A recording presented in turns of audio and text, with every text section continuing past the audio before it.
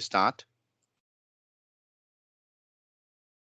Good afternoon and welcome to this meeting of the Cabinet Scrutiny Committee on the 15th of December 2021. Just to make you all aware, today's meeting will be recorded. Can I also welcome any members of the public and press to today's meeting? Can I kindly ask you to observe the meeting only and not to speak or participate? Can I please remind you all to switch your phone to silent for the duration of the meeting?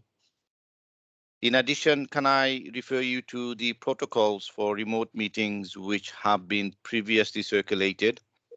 Namely, your microphone should be switched to mute unless you are speaking. Should you wish to ask a question or make a comment, can you please indicate either by the chat function or by raising your electronic hand via Teams?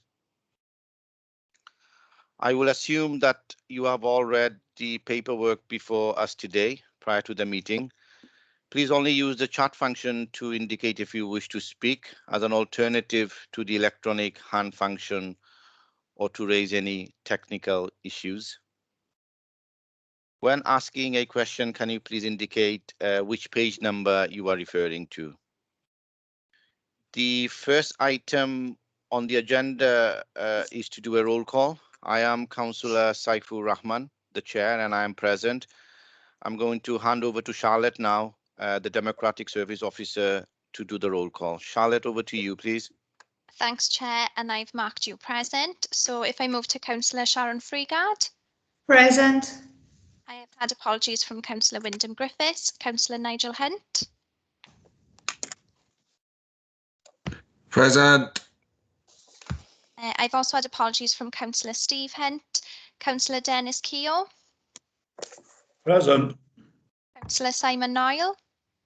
I'm here, thanks, Charlotte. Councillor Alan Llewellyn. Present all, President Charlotte. Councillor Sandra Miller. Present, Charlotte. I've also had apologies from Councillor Rydian Maisen and Councillor Suzanne Paddison, Councillor Lynette Purcell. Present. Councillor Sheila Penry. Present, Charlotte. Councillor Sonia Reynolds. Present, Charlotte. Councillor Rachel Taylor. Present, Charlotte. Alwyn Wilcock. Present. If I just move to Cabinet members, Councillor Edward Latham. Present, Charlotte. Councillor Leanne Jones. Present, Charlotte. Councillor Carol Clement Williams. Present, Charlotte. Councillor Mike Harvey. Present, Charlotte. Councillor Doreen Jones. Present, Charlotte. Councillor Alan Lockyer. Present, Charlotte. Councillor Peter Rees. Apologies of Councillor Rees, Charlotte. He's on other council business. Councillor Peter Richards. Present, Charlotte. Councillor Annette Wingrave. No. And then if I move She's to on my screen, Charlotte. Councillor Wingrave. I can see that she's there, so I will mark her as present. Karen Jones. Present. Andrew Thomas. Present, Charlotte. Andrew Jarrett. Yeah, I'm present, Charlotte. Nicola Pierce. Present, Charlotte. Hugh Jones. Yeah, mine present, Charlotte. Ray Griffiths. Present, Charlotte. Sheena Rees. Apologies from Sheena, Charlotte. Karen Furlow. Present. Thank you. Sean Davis. Present. Linda. Present. And Jane Woodman-Ralph. Present, Charlotte. Have I... Charlotte, it's Annette Wingrave. I've actually got my microphone to turn off now. I am here. Oh, there we are. I've marked you as present anyway. Okay, thank you. Have I missed anyone at all that's participating in today's meeting? No, then Chair, that's everyone. Thank you. Okay, thank you, Charlotte. Moving on to the scrutiny agenda then, item number 2, which is the chair's announcement. At our pre-briefing, we have chosen to scrutinize item 9, which is the Capital Program Governance Report. Item 12, which is the Q2 KPI report. And item 14, which is the South West Wales Consultative Joint Committee. These are the items that we've chose to scrutinize for today's meeting. We have chosen not to scrutinize any of the item on the Cabinet Finance Subcommittee agenda. Next item is declaration of interest. Can members please indicate whether they have any declaration of interest in relation to the items that we have chosen to scrutinize today?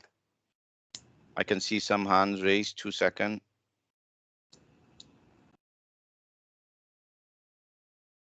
Okay, Councillor Peter Richards, please. Cabinet Chair, member. in this, I've got a declaration on item 8 of the Cabinet Report, Appendix 1, care and repair Western Bay.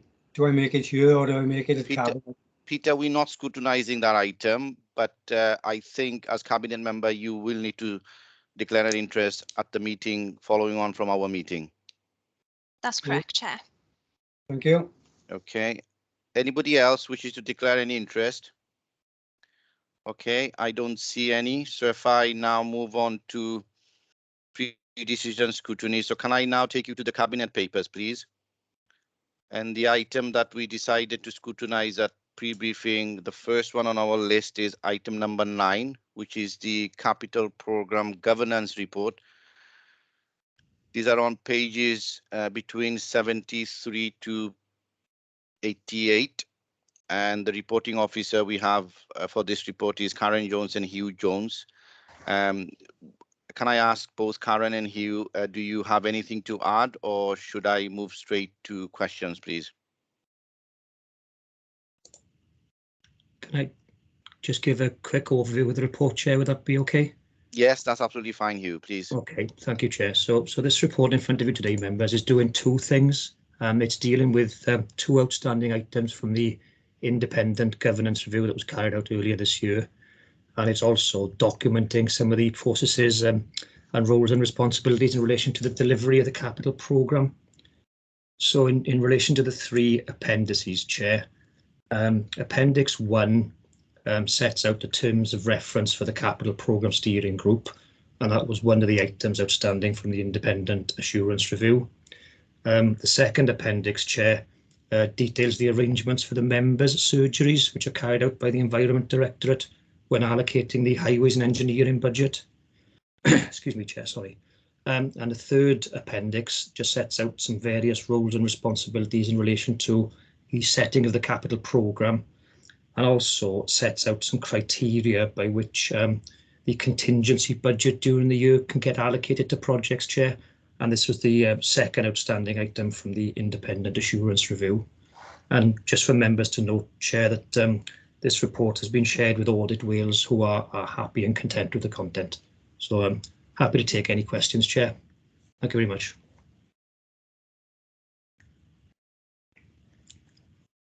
Sorry, can't hear you, Chair, I'm afraid. Apologies. Thank you, Hugh. Can I call Lynette, please, first? Thank you very much. Can I apologise in advance? As Charlotte knows, I had a slight IT hiccup. I've managed to get ModGov back up again, but all my highlighted sections and number references of pages have disappeared.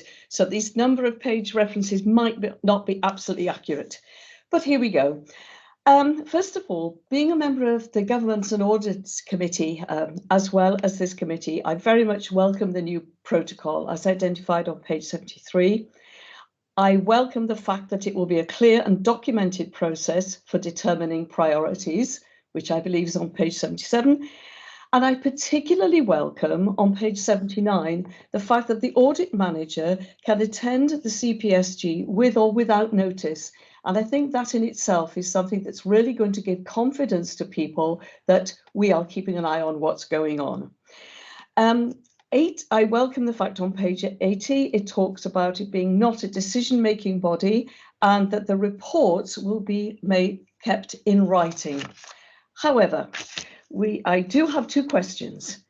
The question on page 83, whereas we accept the arguments put forward on page 84, if there is not a set allocation of funding, either at ward or individual member level, how can we convince ourselves as members and the general public that monies are being allocated fairly? I'm just waiting for somebody to say it will be he who shouts loudest who gets things done. So that's my first question. I'll give you the second one as well, and then we can possibly have some response. On page 84, there's a reference to speed. I'm just trying to see if I can find it again. Yeah, there's definitely something about. Yeah, oh yeah, I remember what it was. It was saying that work will not necessarily be done on highways unless there is specific records of high speeds being recorded. Now, I was under the impression that the speeding traffic was a police issue and not something that it was incumbent on officers from highways to rectify. I had a specific question about this within my ward, ongoing historic situation, and I've been told on many occasions that it is not highways' job to stop people speeding, that's the police's job. So I just wondered if I could have clarification on that one.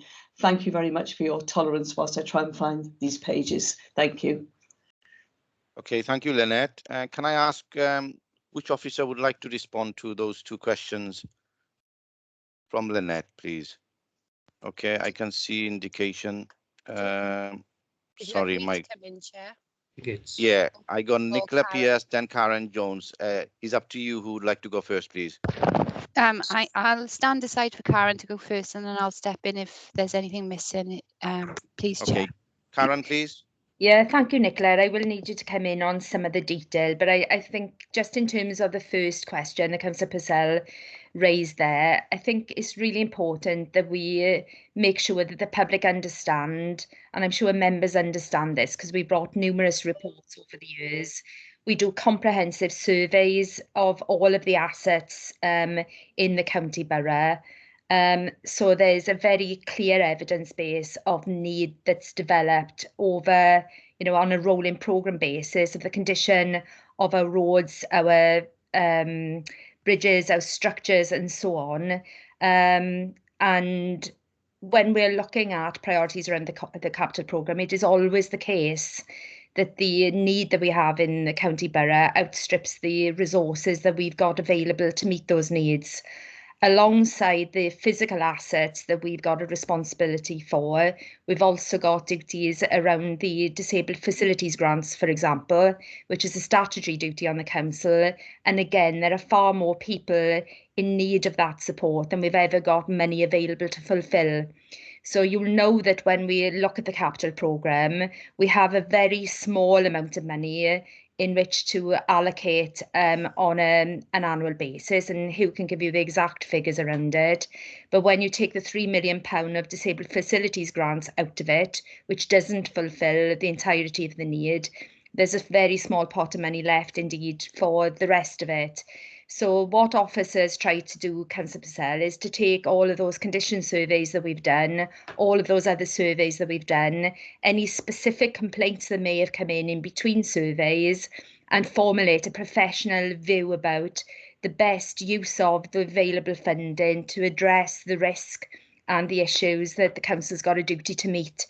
So that's broadly how the overall system works. And what we then do through the course of the years, we try to apply for as many of the grant opportunities that are available to help us to eat into some of those other issues that we've got. So you'll know, for example, that we've in a case of the Cumgrach Blaengrach Bridge back a year or so back, we managed to recoup the cost of that replacement bridge from the Welsh Government. Just as an example, we've seen that with drainage schemes. We see that in terms of policy developments around the school estate, for example. So we're always in a position where we have never got enough money to meet the needs, but the way in which we inform the decisions that we put before the council around prioritisation is based on that evidence of the condition surveys and the complaints that we've documented during the year. So I think that's probably the best explanation we can probably give to the public. I think what's really important in terms of people having confidence around specifically what ends up in the programme, We bring the detail that we are proposing for the year ahead forward as part of the budget planning process. So that's written down. It's open to scrutiny every year. And when you allocate in the budget an amount of money, say for highways maintenance, there's a further level of scrutiny that's undertaken then in the individual scrutiny committees and cabinet boards around the way in which that particular pot of money then is further allocated on individual schemes across the county borough. So that's our system of assurance for making sure that decisions are open scrutiny, they're transparent and they're evidence-based, and you should be able to take a high level of assurance around that process. And of course, when we did the external review, the independent reviewers were saying that there wasn't a systemic problem with the way in which the council takes its decisions, but what we don't often do is document it in a way where we can actually then justify why we've done what we've done. And a lot of this improvement work that we've been talking to you about over the last couple of months, that's what that's designed to do, is to make sure there's a very clear audit trail about what's come forward, who's done what, making sure it's documented so we can explain it, and making sure then that it obviously ends up in front of members so that a decision is taken through our democratic process. The exception to that are the urgent works where something will happen out of the blue and we haven't got time to go through all of those processes. So what Hugh has tried to do in the process is just to document for you how we will deal with that, but you will absolutely get coming back in the capital monitoring report, in the same way as you do with urgency actions, the details of decisions that have been taken outside of the usual democratic process for urgent reasons. So there's an opportunity there for members to be fully informed about why it's been necessary maybe to use some of the contingency in year to deal with those unforeseen issues. So I think, Chair, that's what I would say in terms of answering the first part of that question. But I think it would be helpful if Nicola did come in perhaps on the second bit, because I can't profess to be an expert around speeding and highways matters. Yeah, no problem, Karen. Just to add to what Karen said, I agree completely with that. And just to give you further reassurance, Councillor Purcell, you know, we do those audits and safety checks and surveys all throughout the year. And, you know, to explain to your constituents, risk isn't evenly spread between wards. So there isn't an even spread of risk. Every ward has got a different element of risk based on the infrastructure in those ward areas. So that's another reason why we can't give a specific sum of money which is equal in every ward, because there is more risks in certain wards than others because of the infrastructure, its age, its use and so on. And that will obviously be evidenced by the surveys that Karen referred to. In terms of speeds, the information you've been given is quite right. It's only the police that can enforce the speed in relation to the highway network. So our council officers cannot issue speeding tickets, but what our council officers do is they receive information from the police in relation to accidents which may well have been attributed towards to speed, because we get those accident reports frequently off the police, and if speed is an issue, then we can potentially introduce traffic regulation orders to amend the speed or put in additional mitigation measures to control the speed to ensure that our highway network is used safely. So we can't enforce the speed limits, but we can put measures in place to control the speed limits, if that makes sense. Yeah, thank you, Chair. Okay, Lynette, are you happy with the question? Do you have a supplementary questions or anything? No, you're okay on that. Thank you. Okay, thank you very much. Alan, please, next. Alan Llewellyn. Yeah, thanks very much, Chair, and thanks to Hugh and Karen for introducing the report. I mean, I'm glad to see the report, and it's important as transparency and accountability are essential in restoring reputational confidence.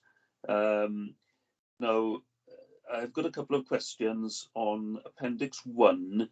There's a reference there to FOI, Freedom of Information requests from members of the public. Perhaps I can group the questions in three parts relating to this. What is the process if an elected member asks for minutes or information?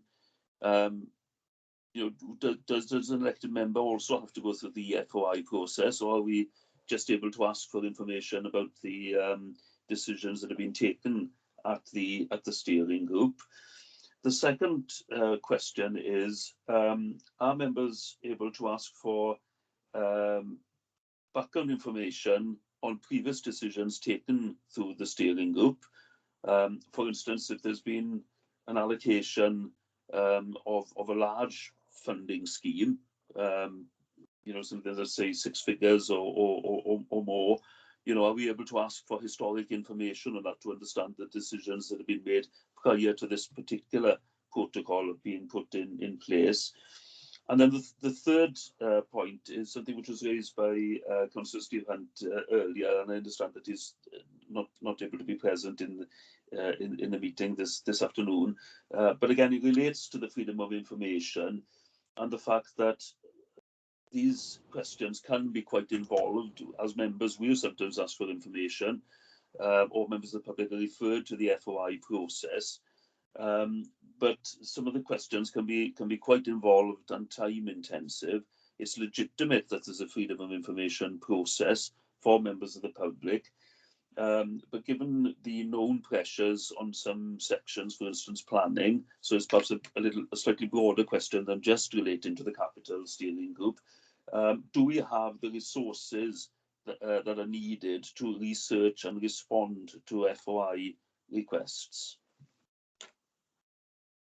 Okay, thank you, Alan. Karen Jones, please. Chair, I am here. Sorry, yes. Karen, I am here. Just for information, I am here. Thank you. Oh, okay. sorry, Steve. That's all right, Alan. Thank you. I hope I've captured the question that you... I perhaps, with the Chair's permission, I will, after Karen now, just elaborate a little bit. Thank you. You're looking very festive, if I may say, Councillor Hunt. Putting us all to shame there.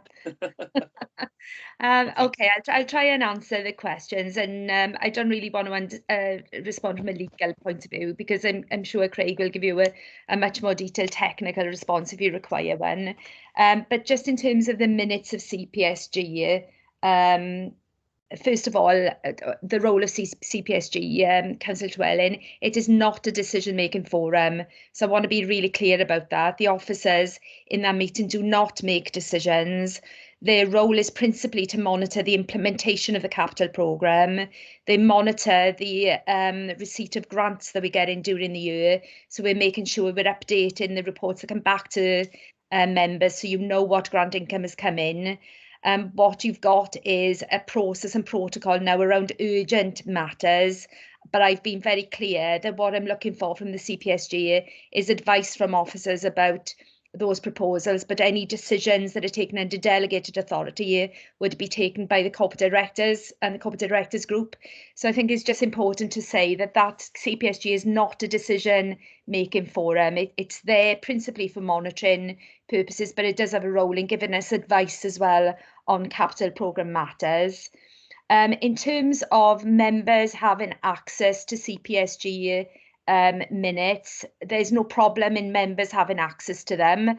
I wouldn't want us to get into a position, to be perfectly honest with you, wherever our officer meeting, we're copying minutes to members, because that takes up a lot of time. And you'll know from the external review report as well that one of the recommendations was made about the quality of the capital programme steering group minutes. So you will find, if you look back on historical meetings, there's very little detail in there. So it's not very helpful, I don't think, to any reader, because the notes of those meetings weren't being captured for that purpose at the time. What you will see going forward is there'll be a much fuller note of what the discussions have been in the meetings. So I just say that by way of really reflecting on, how useful those minutes would be. But in the same way as any member comes forward with a legitimate request for information about anything the council does, then we would seek to satisfy that. I certainly wouldn't be expecting members to go down a formal Freedom of Information Act route. if there's a reason why we can't provide that information to members, we should be explaining that to you. And that's exactly the same explanation as you would get if you did put a formal FOI in. So, I would expect officers to be cooperating with members. But as I say, I really would want to avoid us getting in a position where we're copying all the officer minutes to members, because all that's going to do is just take up a lot of officer time. And I'm not sure what you get from it. Because sometimes those things are being discussed at formative stages. They don't have any particular status. And the things that you need to make decisions on are coming before you anyway. So I suppose that's what I would say around that particular one. And then in terms of anybody outside of the council putting in FOI requests and whether we got enough capacity to deal with them, there are provisions within the Freedom of Information Act that if there are particularly onerous requests, then we can actually apply an exemption and not service them. So what we should be doing as a matter of routine is where there's a regular interest from the public in something the council does, we should be trying to capture that in the information we put routinely into the public domain, so the public can find that for themselves without coming into the council and taking up a lot of time. But I would say, if we're getting requests coming in which are taking up a disproportionate amount of officer time, then, we may well decide to place an exemption and refuse to satisfy that request. So we have got those checks and balances in place, because you're quite right, there's an awful lot going on at the moment. And I think we've always got to make sure we're transparent and accountable, isn't it, to the public and to yourselves. But what we can't be doing either is kind of servicing, agendas where actually, the amount of effort that's involved for what people are trying to achieve is disproportionate and is actually then causing difficulties in serving the wider public interest. Okay, thank you, Karen. Craig, did you want to come in, or you're happy with the explanation that Karen gave? Absolutely. No, that everything Karen said, I'd agree with entirely. Just to add as well, we've got some provisions in our constitution document which sets out obviously rights of access for members in respect of various documents. So if any members have any specific queries on that, they're welcome to contact me directly and I can talk them through what we've got in our constitutional arrangements at the same time, Chair. Okay, thank you, Craig. Before I call in Steve Hunt, Councillor, Alan, are you happy with the response, or do you have anything else to ask? Yeah, no, that's fine. Thanks very much. I mean, what I was looking for was assurance that obviously if members have legitimate questions to raise about the processes or the or previous first decisions is the wrong word, but previous discussions within the group, that it's legitimate to be able to ask those questions and obtain replies as appropriate. Thank you. Okay, Steve, please. Yeah, thank you, Chair. Thank you, Karen, for that response. I think it covers the points I was concerned with, but I still feel sometimes that if I look at it from a member's perspective, where members of the public will contact us and try to get information from the authority. Nicola will be well aware of a meeting with myself, her, and other planning officers over a particular incident, and that's ongoing in a part of the borough. Now, what I'm trying to understand is that delegated and officer decisions are made without member involvement.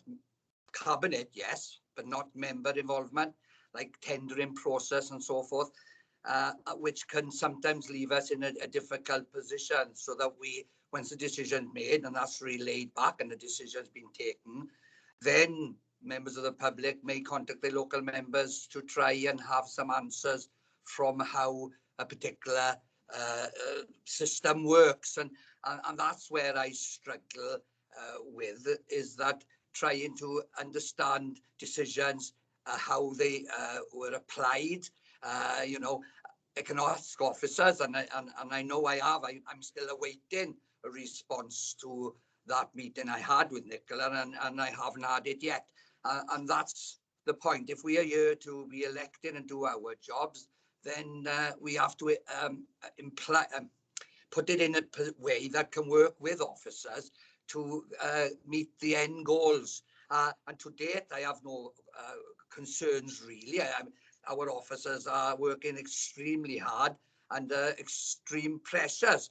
However, I have, with the depletion of the workforce, as we know, another officer is leaving tomorrow, Friday, sorry.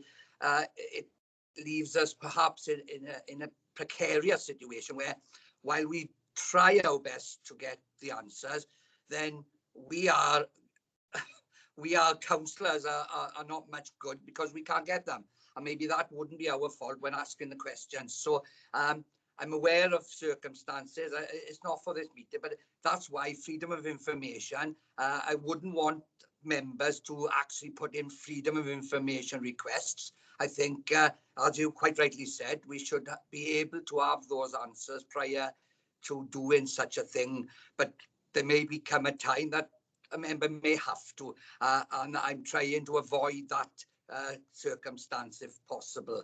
But I hope you understand what I'm trying to say here, Karen. Thank you.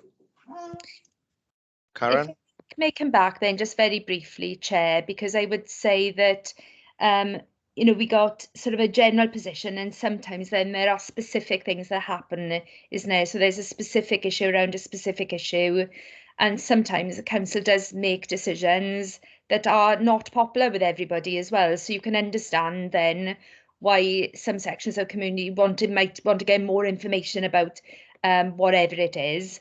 So I just would say to Councillor Hunt that if there's a specific issue where you're not getting a timely response or you're not getting a satisfactory response, because it may well be that officers are very busy, or there's been I don't know, a delay in the system for some other reason, you've always got myself and the monitoring officer to come to, because I would not want members to feel that they've got to go back down the road of a formal Freedom of Information Act request. So my advice would be to you that in the first instance, you have a conversation with the relevant senior officer, so the head of service or the director. I'm sure that they will 99.9% of the time be able to give you the information that you require. And you might have to be a little bit patient sometimes because there are lots of other things going on. But what I would say to you is, if you feel you are not getting the information you need, that's what your monitoring officer is here for. He's more than happy to talk to you and to look at ways in which he can help you with that. And you're very welcome to bring those issues to me as well, because the last thing I would want members to be doing is just compounding the whole process by going through a very legalistic route. Because at the end of the day, if the information isn't there or it's not possible to give it to you, we'll be giving you that answer if you go down an FOI route or whether you come through an internal route. So I hope that that's a helpful response to that second part of it, Councillor Hunt. Yeah, Chair, I'm happy with that response, Karen. Thank you very much. Okay, thank you, Steve. Moving on then, I can see indication from Nigel. Oh, thank you, Chair. Highways has been coming up in my ward a lot. I'm having a lot of correspondence with residents. We've got a go-safe area in Bagdon Way, and the signage there is next to nothing. And residents are sending me images of other go-safe areas which are much more successful than ours, where they have numerous forms of signage and crossings, and they feel a little hard done by. And I don't really know what to say to them at times. So I would read. I understand that I've read some of the report, and I understand that every ward's different. We all have different infrastructure, etc. But I think it would be beneficial if we could have a breakdown of where money has been spent in each ward. That would be really helpful.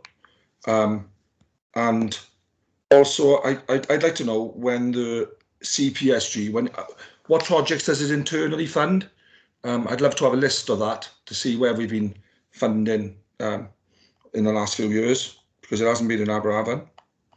And furthermore, it says in here on a certain, if I can just bear with me, it says that if a project's less than 100,000, as this is page 87, it goes to the corporate directors.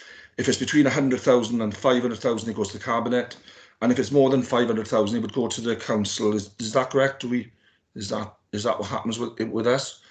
Yeah, so it's those three things really.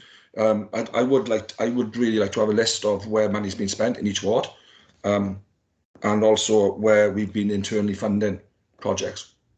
Okay, thank you, Nigel. I will call in Karen Jones, but can I say some of your requests, I'm sure officers can deal with this outside the meeting. Okay. Karen, you've indicated?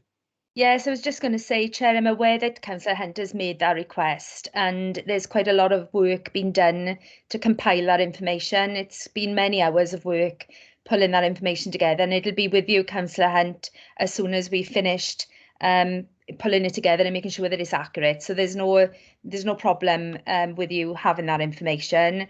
I don't understand the question about CPSG, because CPSG doesn't allocate any monies internally. The capital programme is agreed by council, in accordance with the areas of delegation you've read out there. So what the report today is saying is that there's a contingency sum within the capital programme every year to deal with any unforeseen works that come up in the year that require to be dealt with in the year. And what we're setting out in the report is a protocol about how decisions on that would be taken. So CPSG, as I've said to Councillor Llewellyn earlier, does not make decisions. So I don't understand the question on CPSG. If what you're saying is that there are monies that we would spend in the capital programme that are grant funded, and then there are capital budgets that come from the council's own funds, that's covered in the work that you've already asked the officers to pull together. And I say it's been quite a big exercise to do it, and it's taken some time to do it, but that'll be with members as soon as it's completed. So I think that's probably what you're getting at, but please come back to me if I've not understood the question properly. Nigel, you okay with that? I'm fine with that, Karen. Yeah, I would like a ward breakdown as well, but I am happy with that answer. Yeah. Okay, thank you. Okay, next I can see Sonia, please. Sonia Reynolds. Thank you, Chair. I was just going to ask for confirmation following what Karen's just said, that all members of the Scrutiny Committee would receive that information. Karen, if that would be good, because it would seem, as it's been asked for in Scrutiny, it would be good for all of us to receive it. Thank you. Yes, Chair. I mean, there's no problem with that whatsoever. We can send it out to all members if that's what the wish is. As I say, it's information you should already be aware of, because it's been reported into various boards, at various times. All it's done is pull it together in one place. Okay, thank you, Karen. There are no further indication on this item. This item is for decision and is going to Cabinet straight after this meeting. The recommendation are on page 77. I will need a proposer and a second for this to go to Cabinet, please. Can I have some indication? I move, Chair. Okay. I second, Chair. Thank you very much. Okay, the next item we decided to scrutinize at our pre-briefing is item number 12, which is the Q2 performance. Can I just say that on behalf of the committee, we wanted it noted that we understand that a few of the performance indicators are not hitting target due to the pressure following the impact of COVID-19. We appreciate all the effort and work that officers continue to do to achieve their target. So we as Scrutiny Committee wanted that noted for today's meeting, please. Can I ask officers, do they have anything to add, or shall I go straight to question? Chair, nothing to add, so straight to questions, please. Okay. Thank you, Karen.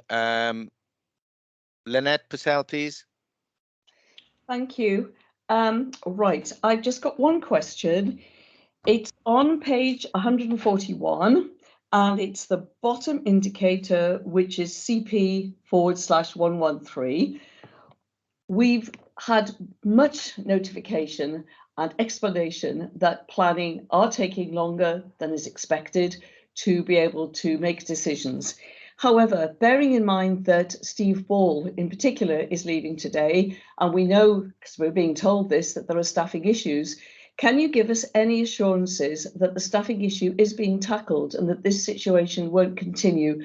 Because we are all, in all of our wards, getting complaints about this all the time. Thank you. Nicola, do you want to take this one? Thank you, Chair. Yes, we know that Steve Ball is leaving on Friday of this week, and we are in the process of securing a recruitment package so that we can go out to the market to enable a replacement officer to be in post. It's a very difficult subject matter, and we know that the availability of qualified staff is not necessarily high, which is why we're using specialist advisors to help us with that recruitment process. And I can't give you a time or a date when that replacement post holder will be in place, because obviously we've got to go through the recruitment process, but it has started, and we will try to secure an appropriate replacement as soon as possible. We do have a number of vacancies within that service area at the moment, and we also have a huge demand in terms of service delivery.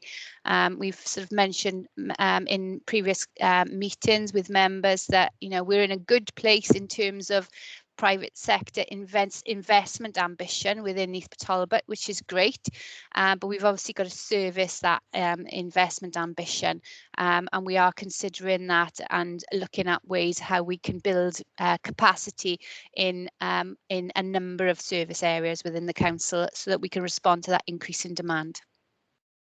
Thank you, Chair. Lynette, do you want to come back? No, thank you for that. Okay, I have no further indication from members on this item for questions or anything, so I'll move on to the recommendation. Sorry, this is for noting. My apologies. Okay, moving on then, the next item on the cabinet agenda is item number 14, which is the South Wales Corporate Joint Committee. Karen, is there anything you wish to add, or shall I go straight to questions? We can go straight to questions, and I should say as well, Chair, that Craig has compiled most of this report. Oh, right. Okay, no problem. Thank you, Karen. There are a number of speakers who have questions and concern on this particular report. So if I go first to Councillor Arwin Wilcock, please. Yes, thank you, Chair. I just wondered, Chair, and as I said in the briefing session beforehand, members have expressed several concerns about this CJC and the proposals for it in previous meetings. I won't steal the thunder of other members, Chair, because I know that other members are going to be coming up with specific questions. But I'm just wondering, Chair, we did ask officers to take away our concerns, and I'm just wondering if there's any feedback from the concerns that this scrutiny committee has expressed. Thank you, Chair. Thank you, Arwen. Yes, I do recall that we did write to the minister and we did get a response. Charlotte, do you want to come in? Sorry, can you just repeat that again? Sorry, Councillor Rahman. Charlotte, I remember back in summer we did write to the minister following on from one of our scrutiny meeting where we discussed this.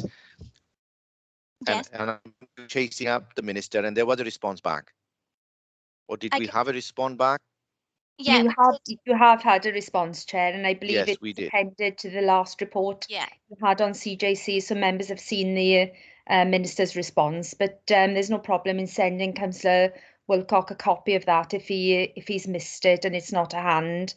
The other thing I would say is that the leaders have continued to make representations to the ministers as well about some of the detail that's now finding its way into regulations. And they've requested a meeting with Rebecca Evans to discuss those concerns, because the understanding that local government had when this legislation was passed is that other than for a very few specific duties within the CJCs, it was going to be left for leaders to determine how they would develop. And we've seen some indications that there are some additional duties being introduced through secondary legislation under statutory powers. For example, the duty to meet the childcare poverty duty that are now finding their way into the CJC structure. So I think I can say to you, and maybe that the Leader Council wants to confirm, but the 4 leaders, when I've been in meetings with them, have all made that very clear, that and there have been letters that have gone off from the 4 leaders, and in fact the 2 chairs of the National Parks Authority, is reminding the Welsh Government about the basis on which local governments supported this legislation, and drawing attention to some of those additional areas that are creeping up, which weren't agreed at the time. Okay, thank you, Karen. Arwin? Yeah, Chair. Thanks for that. Yeah, I'm aware of the response that we received from the Minister, Chair. I was referring to the point that Mrs. Jones has just stated to us. The internal, and I'm now reassured that the leaders are taking that up, because I mean, let's face it, Chair. You know, there have been several failed attempts at reorganisation of local authorities, and this is just reorganisation by the back door. This is regionalism, and it's taking the local out of local government, which I've said before, and I have no hesitation or regret in repeating again. But I'm grateful to Mrs. Jones for clarifying that situation internally. Thank you. Thank you, Arwin. Sonia, please, next. Thank you, Chair.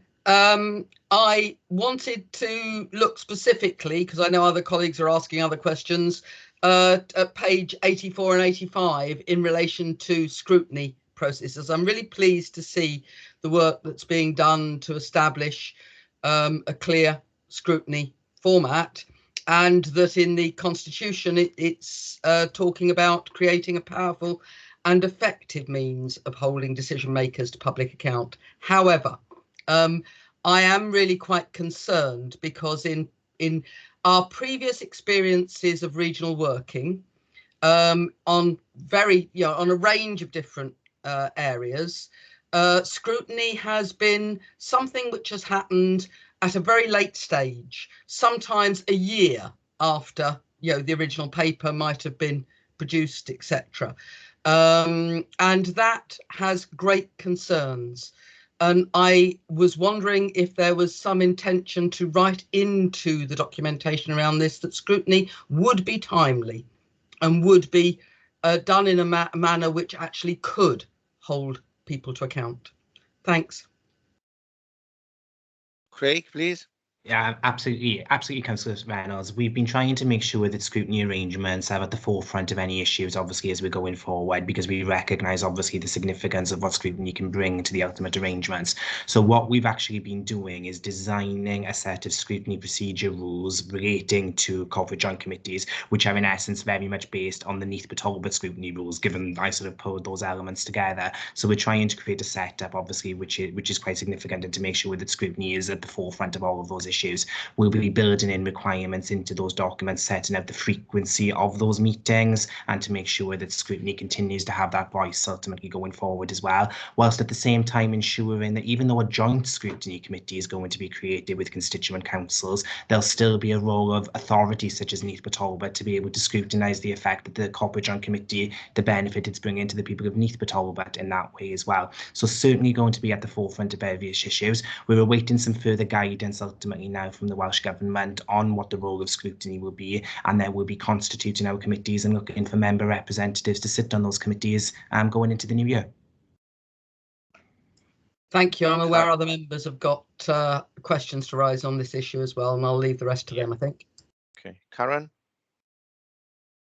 Craig Karen, has said. We've tried to learn the lesson, I think, Councillor Reynolds, from the City deal, when in my view the scrutiny arrangements were developed very late in the day, and the scrutiny members didn't actually have an opportunity either to shape the scrutiny procedure rules. So we've made sure this time around that the arrangements for scrutiny are being developed at the same time as the principal committee arrangements are being developed, and you will see in the draft constitution that Craig has put together that the scrutiny rules very much mirror Neath Talbot Council's own scrutiny procedure rules. And I think as well, learning some of the lessons from the difficulties we experienced with the joint committee, you'll see things like the quorum that's required have been adjusted as well to make sure the meetings haven't been cancelled because the quorum's been set too high. So we have tried to take those lessons on board, and rather than it being an afterthought, it's very much been designed in from the beginning. Okay, on that note, on scrutiny then, Councillor Alan Llewellyn, I know you had some question in regards to scrutiny.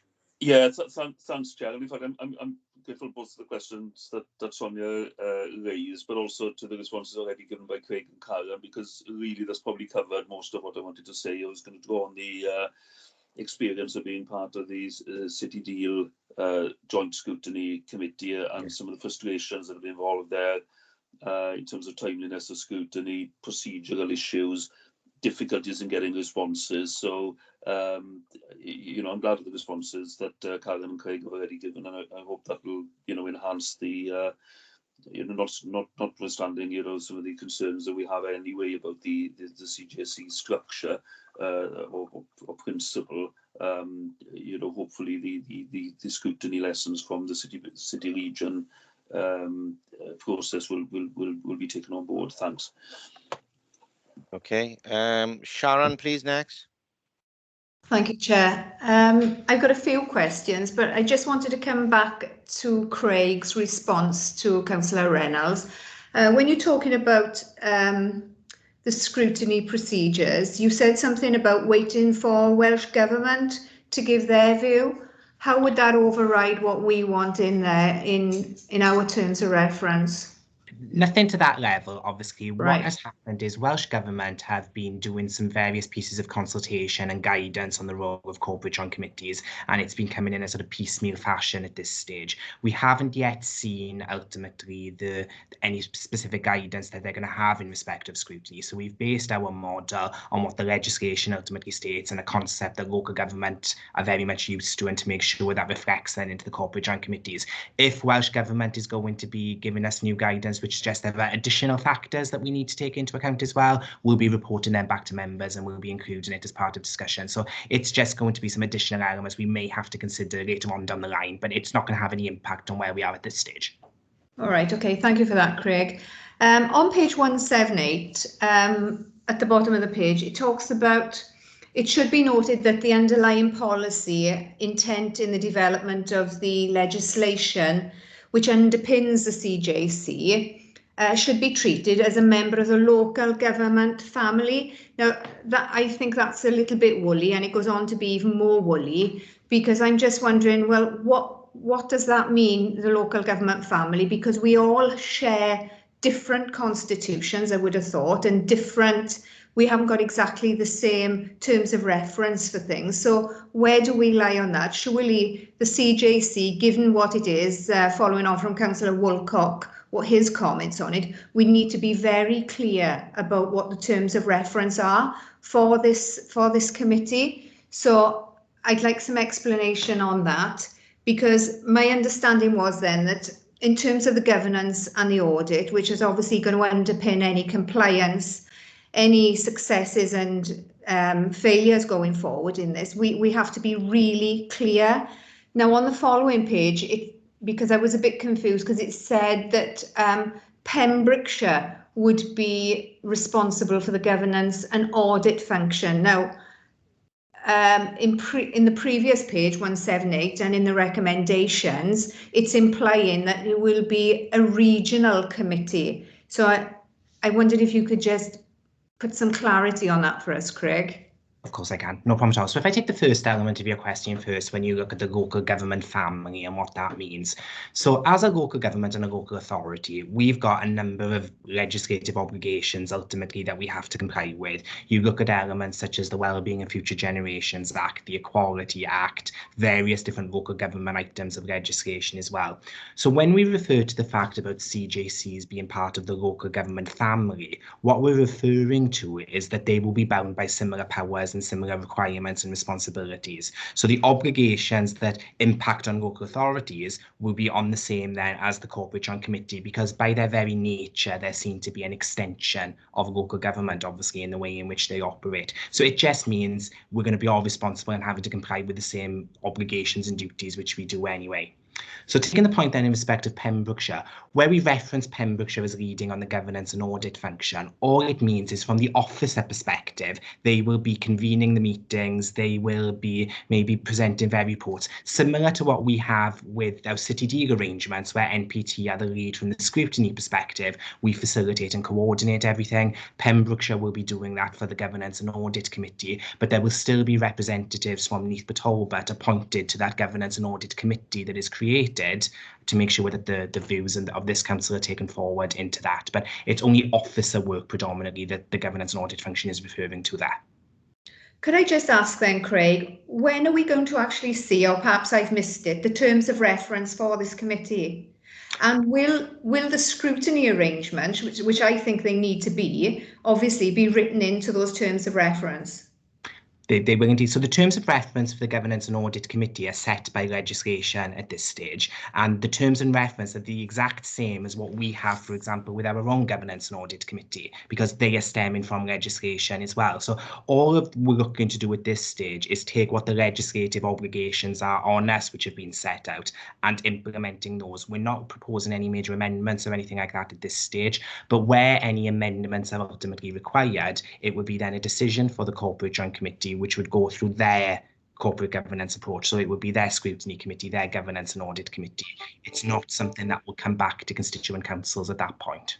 So are you saying that, when they do the terms of reference, that yes, we are not going to be scrutinising those terms of reference, that would go directly to whichever subcommittee's been set up? It would, yes, under the legislation. Well, that seems really undemocratic to me. I'm really concerned about that. Very concerned about that. That's where we would have the representatives from each individual local authority sitting on those committees to make sure then that accountability is demonstrated and that they are then scrutinising the appropriate element going forward. But I would say that's an extremely small proportion of the members that sit on this committee and the other committees in the other authorities.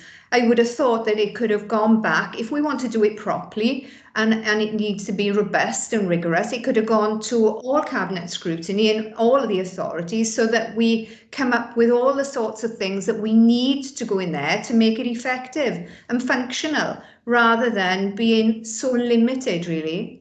And I take exactly the point you're coming to there, Councillor Freegard, because what we're dealing with here is a very different organisation, ultimately, which what local authorities have been used to. So when we had the city deal element, for example, that was a joint committee, meaning we had a lot of freedom and a lot of flexibility to set out what those requirements would be. Corporate joint committees are very much a different entity from what local government has been used to, and they will be setting the rules ultimately for it. And that's where there's that requirement to have those scrutiny committees, those governance and audit committees, and we're going to be putting our own members on them to make sure then that voice trickles through the best we can. Well, thank you for the clarity anyway, Craig. Sharon, any further questions? No, other than, I feel that I'm very unhappy with that process as it stands, but thank you for the clarity, Craig. Okay, thank you both Sharon and Craig. I did have Steve Hunt on the list, but I believe he had an urgent call and he had to leave. So there are no further indication on this item. Apologies, I just noticed one. Sorry, the leader wished to come in. Please, leader. Just to come in briefly, Chair, if I may, just to confirm what Karen Jones said at the offset about the issues that have been raised here today. They are raised when we meet to discuss these CJCs, and it's not just NPT have got issues or concerns over it. I think it's across the four county councils. They are issues that I acknowledge. I agree with everything that's been said on this particular item. Governance have been mentioned, scrutiny have been mentioned. I just thank you that you haven't mentioned cost yet, because we could have a debate about that, which would take us into this evening. But can I just place on record as well my thanks to both Karen and Craig, because they give me great support when I attend these meetings, and it's really work that they don't really need This is an extra burden being put on officers across the region, and it's stuff that really does need to be sorted out, and we will sort it out. But just to confirm what's been said earlier, that's all, Chair. Thank you. Okay, thank you, Leader. This item is for decision, and there are elements in the report which are for noting. You can see the recommendation going to Cabinet today are on pages 187 to 188. I will need a proposal and a second for this to go to Cabinet. I move, Chair. I second, Chair. Anyone against? No? Okay. Thank you very much. Okay, urgent items. There are no urgent items today. No, Chair. So if I take you back to the Cabinet agenda, then Cabinet scrutiny agenda. As mentioned, we have decided not to scrutinize any items on the Cabinet Finance Subcommittee. Therefore, we would not need to resolve to go into private session, meaning that I will now bring this meeting to a close. Can I thank you all for attending today's meeting, and can I also take this opportunity to wish you all a very happy Christmas and a prosperous New Year. And can those that are invited to attend Cabinet, can you please follow? Can you please join straight after this meeting? Thank you. Thanks, Merry Chair. Christmas. Thank you. Thanks, Chair.